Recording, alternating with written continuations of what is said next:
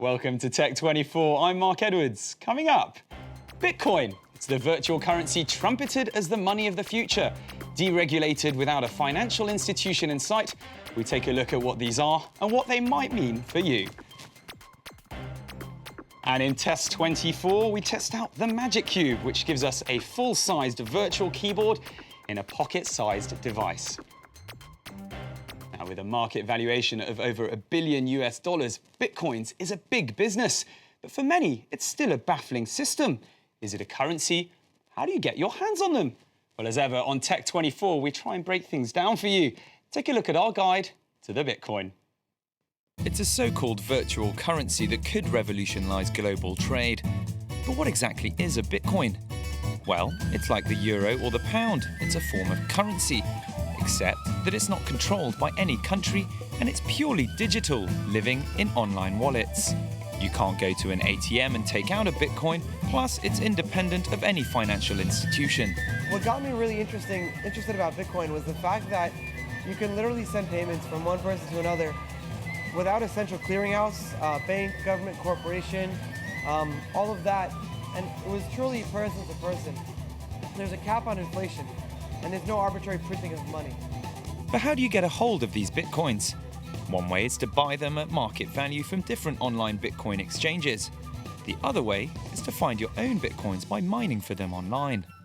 All you need is a computer and some software that helps you discover a hidden series of letters and numbers that match up with the Bitcoin security keys. But much like any gold rush, the most easily mineable coins have already been discovered.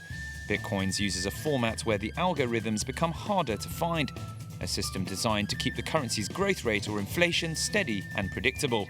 Currently, there are just over 11 million Bitcoins in existence, and the instructions cap the total number at 21 million to be unearthed by the year 2140. And I've got Pierre Noisin with me in the studio. Pierre, you're the founder of Paymium, a company that's specializing in alternative money, and you're a big proponent of Bitcoins. You've even written your own Bitcoins book. Now, can you tell me, how do we use them? Can we actually buy anything with Bitcoins? First and foremost, Bitcoin is a technology today, and you can compare it perhaps to email. It's probably the easiest way to transfer wealth from point A to point B.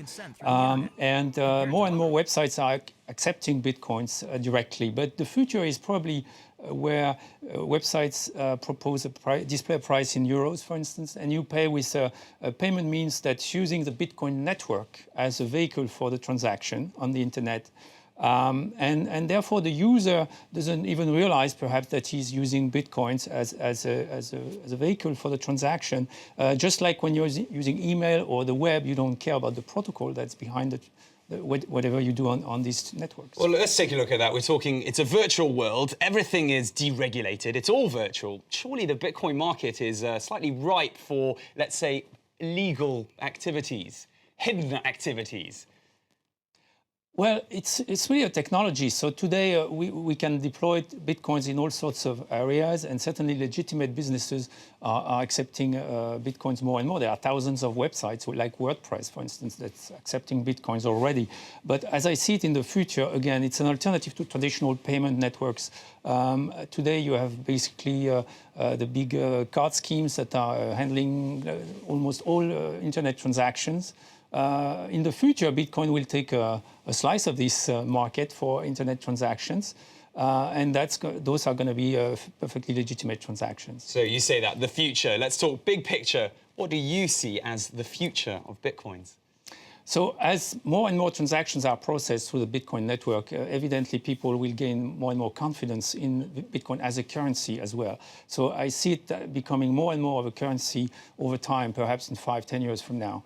But for short term, it's really a wonderful transaction technology for payment, internet payment, and as such, it's a promise. It's poised to become a huge success in the next few years. Brilliant. Thank you very much, Pierre, for coming in to see us. Thank you, Mark. Do stay with us. We've got Test 24 coming right up.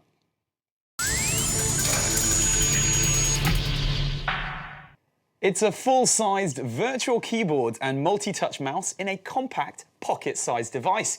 The Magic Cube magically projects a keyboard and mouse so you don't have to carry them around with you when you're traveling.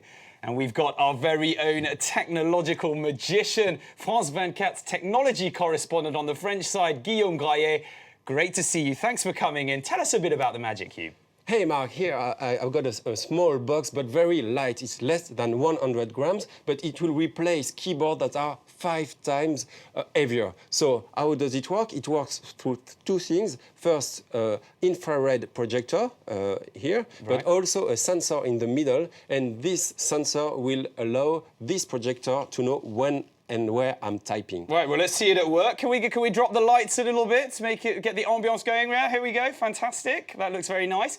Show us how it works. So just this piece of paper I have a keyboard right now. Suppose I want to type hello, H-A-L-L-O.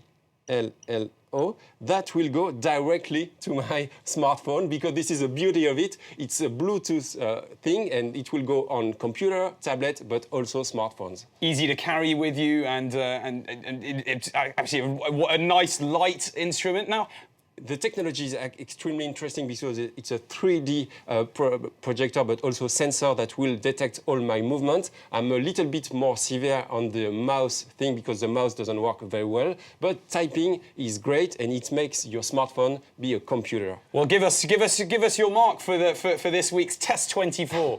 I like very much the design, Marc. That's why I put a good mark on it, and also the easy to use. It's a Bluetooth; it goes very well.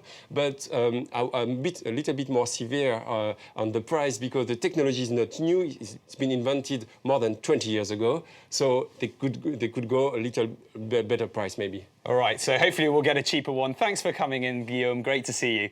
And that's almost the end of our show for this week. Thanks for tuning in. We'll leave you with 10,000 iPhone 5s transformed into individual dominoes. But there's a twist. Rather than collecting or buying the iPhones, which cost 600 euros a piece, Atmos Studios has recreated them using 3D special effects. We'll see you next week. Bye for now.